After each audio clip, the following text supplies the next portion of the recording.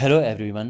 कुछ दिनों पहले मैंने एक वीडियो बनाया था जिसमें मैंने आपको बताया था कि अगर कोई बग, कोई कीड़ा किसी क्यूबिकल रूम में, क्यूब शेप्ड रूम में एक कॉर्नर से डायगोनली ऑपोजिट दूसरे कॉर्नर पे क्राउल करके ट्रैवल करेगा तो मिनिमम कितनी डिस्टेंस उसको कवर करनी पड़ेगी। तो शॉर्टेस्ट क्राउलिंग डिस्टेंस फिर हमने फाइंड किया था। अगर आपने वो वीडियो नहीं देखा है तो डिस्क्रिप्शन बॉक्स में मैं लिंक दे दूंगा, आप उसको देखना। अब इस वीडियो में आप सीखेंगे कि अगर रूम हमारे पास क्यूबॉइडल शेप का है, नॉट क्यूबिकल, क्यूबॉइडल, यानी लेंथ ब्रेड्थ हाइट डिफरेंट है, तो फिर एक कॉर्नर से अगर किसी बग को रेंग कर, क्राउल करके डायगोनली ऑपोजिट दूसरे कॉर्नर पर जाना होगा तो उसको शॉर्टेस्ट डिस्टेंस कितनी ट्रैवल करनी पड़ेगी। मैं एक जनरल फॉर्मूला बता दूंगा जिससे कि आप इन फ्यूचर कोई भी क्वेश्चन ऐसा आप कर लें। तो यहाँ पे जो बग एक्चुअल में चलेगा वो कौन सा चलेगा, देखो। पहली बात तो ये है कि कभी भी बग ऐसा नहीं चलेगा कि यहाँ से बिल्कुल इधर गया और फिर ये ऊपर गया। नो, ये डिस्टेंस कभी भी शॉर्टेस्ट नहीं होगी। तो फिर देखो, यहाँ पे टोटल 6 फेजेस हैं, यानी 4 दीवारें हैं, एक छत है और एक फर्श है। इनको मैं नाम दे देता हूँ। ये तो है लेफ्ट, ये राइट, ये हमारी तरफ वाला है, हो गया फ्रंट, जो ये वाला है, ठीक है। और ये वॉल बैक, ये होगी बैक यानी पीछे वाली वॉल। ये सीलिंग छत है, ठीक है। इसको लिख देते हैं ग्राउंड, ओके, यानी नीचे ग्राउंड मान लो, ठीक है, यानी फर्श। तो यहाँ पर जो बग है वो इनमें से, ये जो टोटल 6 फेजेस हैं यानी दीवार प्लस छत एंड फर्श, किन्हीं दो पे चलेगा वो। कैसे चलेगा?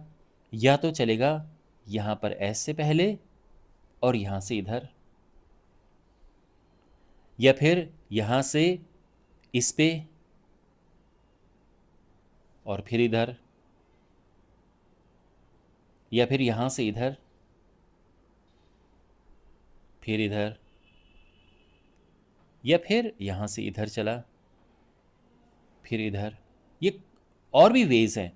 तो इस तरह से वो चलेगा, यानी किन्हीं दो चीज़ों पे चलेगा, किन्हीं दो वॉल्स पे। दो वॉल्स का मतलब है कि ये जो टोटल मैंने 6 बताए हैं, 4 दीवारें, छत और फर्श, इन 6 में से किन्हीं दो पर चलेगा।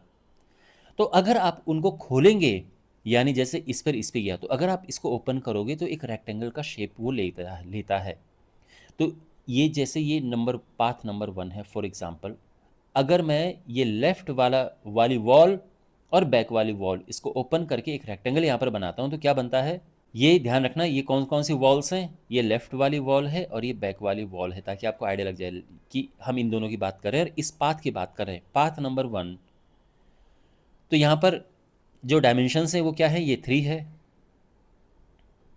और ये है 4 और ये है 5, और ये यहाँ से यहाँ पर ऐसे चल रहा है। तो अगर हम देखें तो ये एक रेक्टेंगल है, और अगर हम ये वाली शेप देखें तो ट्राइंगल है। ये हम पाइथागोरस थ्योरम से फाइंड कर सकते हैं आराम से। तो इस केस में जो डिस्टेंस ट्रैवल करनी पड़ेगी क्या होगा, तो देखो सिंपल सी बात है, पाइथागोरस थ्योरम जैसे करते हैं, यानी इसको प्लस करेंगे, एक साइड आ गई ये ट्राइंगल की, एक ये तो 5 है ही, और आ जाएगा आराम से, यानी 3 + 4 और ये 5 का स्क्वायर। इसको मैं D1 ले लेता हूँ, √74 मीटर ले लेते हैं, ठीक है। ये इनको मीटर ले लेते हैं, ये सभी मीटर में है। अगर हम दूसरे पाथ की बात करें, पाथ नंबर 2 की बात करें, यहाँ पे वैसे 3 टाइप के पाथ बनेंगे, भले आपको यहाँ से काफ़ी दिख जाएंगे, बट जो जो लेंथ होंगी 3 टाइप की आपको मिलेंगी, क्योंकि कभी कभी आपको यहाँ से बहुत सारे पाथ्स जाते हुए दिख जाएंगे, जैसे ये भी है। लेकिन आपके केवल 3 ही टाइप के यहाँ पर आंसर आएंगे, तो बेसिकली 3 ही टाइप के पाथ होंगे। अगर हम इसकी बात करें, जो पाथ नंबर 2 है ये वाला, तो ये वाला ट्रैवल करने के लिए इसको कहाँ जाना पड़ा, एक जो ग्राउंड है इस पे जाना पड़ा, यानी फर्श पे, और एक बैक वाली वॉल पे। इसको अगर हम ओपन करें तो एक रेक्टेंगल कैसे बनता है, ये पाथ नंबर 2 की बात हो रही है, ठीक है। यहाँ से चलना शुरू करेगा, यहाँ पे पहुँचता है वो। तो ये समझो हमने इसको ऐसे ओपन कर दिया है। तो यहाँ पर अगर आप देखें तो ये 3 है, यानी ये, और ये है 5, और ये वाली है 4। तो यहाँ पे अगर हम देखें पाइथागोरस थ्योरम लगा के, ये D2 नाम इसको दे देते हैं, क्या बनेगा ये, तो ये है 5 + 3 इसका स्क्वायर, और ये है 4, √80 मीटर। तो ऑफकोर्स ये ज़्यादा है इससे, वैसे आई थिंक शॉर्टेस्ट तो हमें मिल चुका है वैसे, पर चलो कोई और देखते हैं। अब ये वाला पाथ देखते हैं, ये वाला। ये पाथ कौन सा है कि इस पे चला और इस पे चला, यानी ग्राउंड पे चला, फर्श पे, और राइट वॉल पे चला। इसको ओपन करके क्या बनेगा, ये फर्श है और ये राइट वाली वॉल है। ये है 4 और फिर ये है 5 और ये है 3। ये तीसरा वाला केस है। ओके, डिस्टेंस ट्रेवल्ड है वो ये है, यानी जो तीसरा वाला है ये वाला, ये वाला पाथ है। ये क्या होगा, तो ये है 4+5 और ये ऐसे में है 3, तो क्या होगा 9² प्लस, तो ये 81 हो गया, और ये है 9 और ये √90 आ गया। ये और भी बड़ा है, √90 मीटर। तो यहाँ पे आप नोटिस करेंगे कि ये सबसे शॉर्टेस्ट है, यानी जो पाथ 1 फॉलो किया था ये सबसे शॉर्टेस्ट है। देखो इसमें जैसे ये वाला पाथ है, अगर आप निकालेंगे बाकी जो पाथ्स हैं वो इन्हीं में से एक आएंगे, ठीक है। तो यहाँ पर 3 टाइप के हमारे पास आंसर बनते हैं।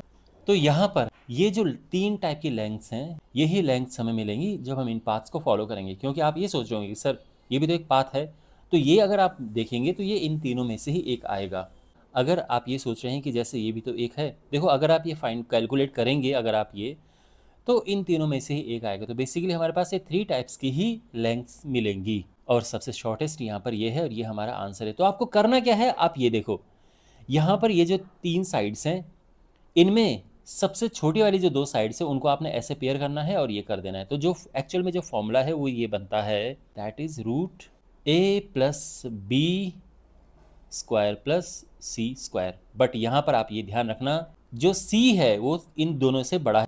देखो ए बी सी यहाँ पर क्या है, ए बी सी ये साइड्स हैं जिनको हम एजेस कहते हैं, वैसे साइड समझ लो आसान भाषा में।